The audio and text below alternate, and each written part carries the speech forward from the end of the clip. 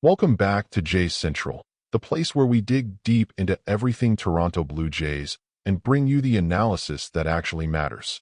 Today we're unpacking a developing situation that has massive implications for how this team's rotation shakes out heading into the new season. And honestly, the more information that comes to light, the more complex this whole thing becomes.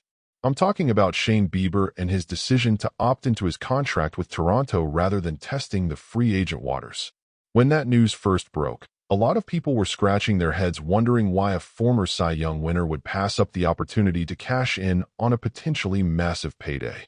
Well, recent injury updates are painting a much clearer picture of what's really going on here, and we need to break it all down piece by piece. But before we get into the meat of this story, I need you to do something for me right now. Hit that like button. Seriously, just click it. That one simple action helps this content reach more Blue Jays fans who need to stay informed about their team. And once you've done that, drop a comment below telling me your honest gut reaction to this Bieber situation. Are you worried? Are you optimistic? Do you think Toronto dodged a bullet or walked into a trap? I want to hear your unfiltered thoughts. So let's rewind to where this all started.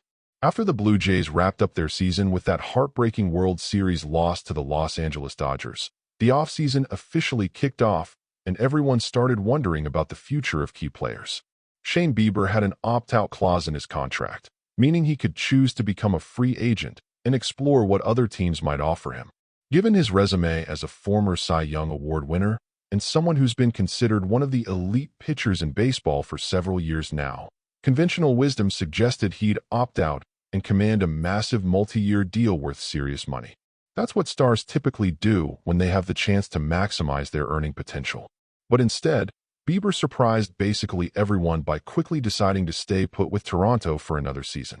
That decision raised eyebrows across the baseball world because it didn't make obvious sense on the surface.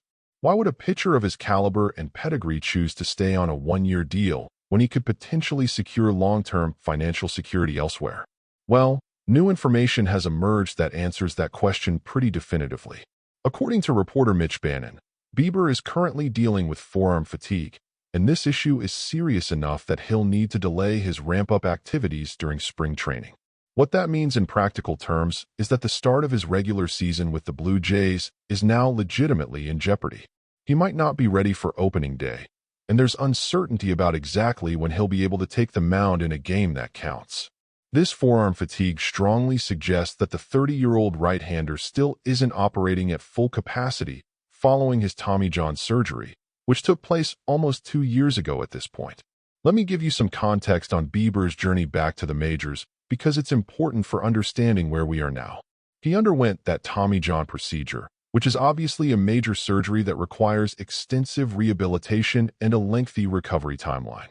During his rehab process, the Cleveland Guardians made the decision to trade him to Toronto at the deadline last season, essentially betting that he could contribute down the stretch and into the playoffs.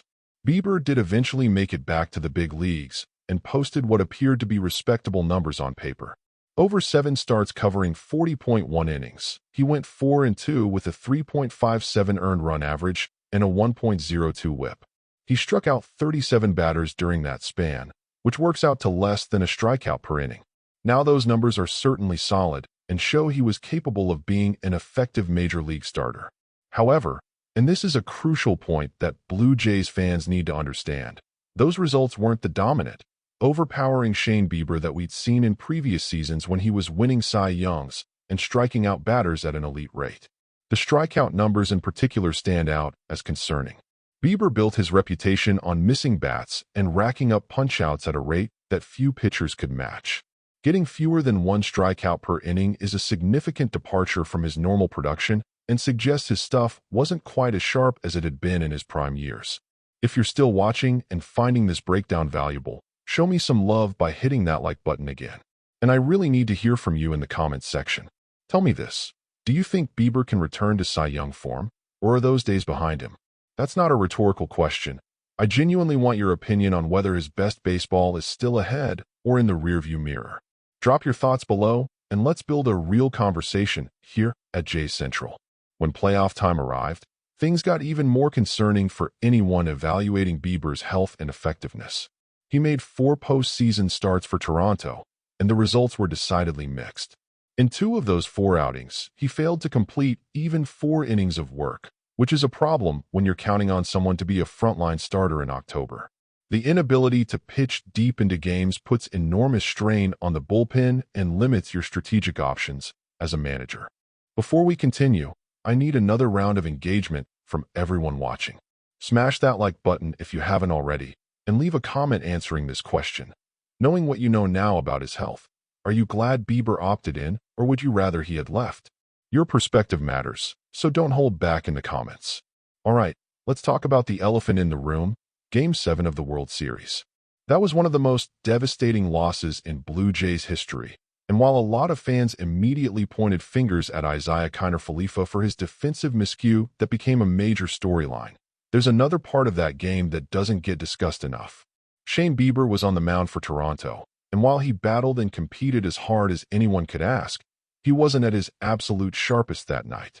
The Dodgers' Will Smith took him deep for what ultimately became the series-winning home run, and that moment essentially ended Toronto's championship dreams. Now, I'm not trying to pile on Bieber or make him a scapegoat, because baseball is a team sport and lots of things contributed to that loss.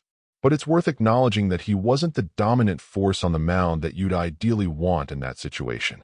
Looking back with the benefit of hindsight and this new injury information, it's pretty clear there were warning signs throughout the playoffs that Bieber wasn't operating at 100%. He was giving everything he had and doing his absolute best to help Toronto win, but his body and his arm just weren't where they needed to be to deliver peak performance. That context makes his playoff struggles more understandable even if they're still disappointing. So when you connect all these dots, Bieber's decision to opt into his contract rather than test free agency makes perfect logical sense. Put yourself in his shoes for a moment. You're coming off Tommy John surgery, you posted decent but not dominant numbers in a small sample size during the regular season. You struggled at times in the playoffs, and now you're dealing with forearm fatigue that's delaying your preparation for the upcoming season. Would you feel confident walking into negotiations with prospective teams and asking them to invest massive dollars and multiple years in you under those circumstances? Of course not. Any team interested in signing him would have legitimate concerns about his durability and whether he could return to his previous level of excellence. Those concerns would absolutely suppress his market value and probably result in contract offers that didn't match his self-perception or his past achievements. By opting into his deal with Toronto, Bieber essentially gives himself another year to prove he's fully healthy and capable of pitching like the ace he once was. He can work with the Blue Jays' training and medical staff to properly manage his workload, build back up his arm strength and stamina gradually rather than rushing anything, and then position himself to enter free agency after the 2026 season at full value. If everything goes according to plan and he stays healthy while posting strong numbers throughout the year, he'll be in a much better position to command the kind of long-term deal he's looking for next offseason. It's basically a bet on himself, a calculated decision to take one more year at a known salary in exchange for the opportunity to significantly increase his earning potential down the road. Make sure you're engaging with this content, folks. Hit that like button and tell me in the comments whether you think this strategy will work out for Bieber or if he's risking further decline by waiting another year. I'm genuinely curious what the consensus is among Blue Jays fans on this topic. From Toronto's perspective, this situation creates a really interesting mix of positive and negative implications. Let's start with the good news, because there definitely is an upside here for the organization. Despite his current health concerns, the Blue Jays are retaining the services of a pitcher who has elite potential when fully healthy.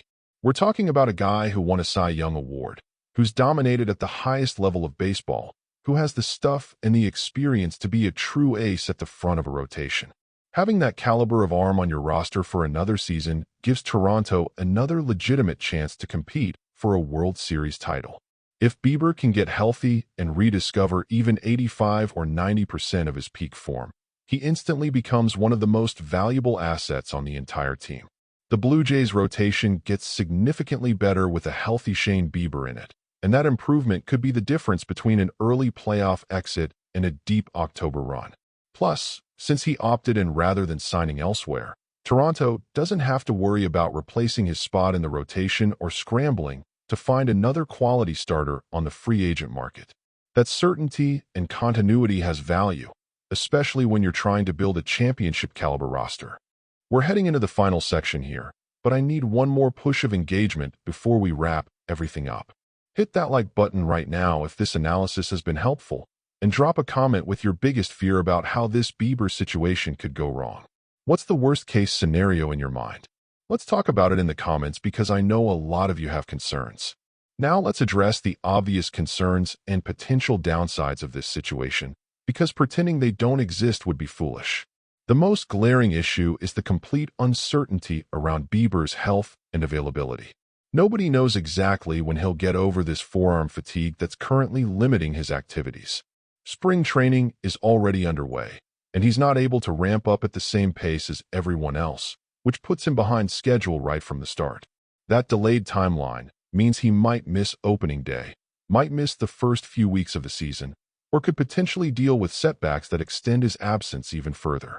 What makes this particularly worrisome is the possibility that this forearm fatigue isn't just a one-time issue that gets resolved with rest.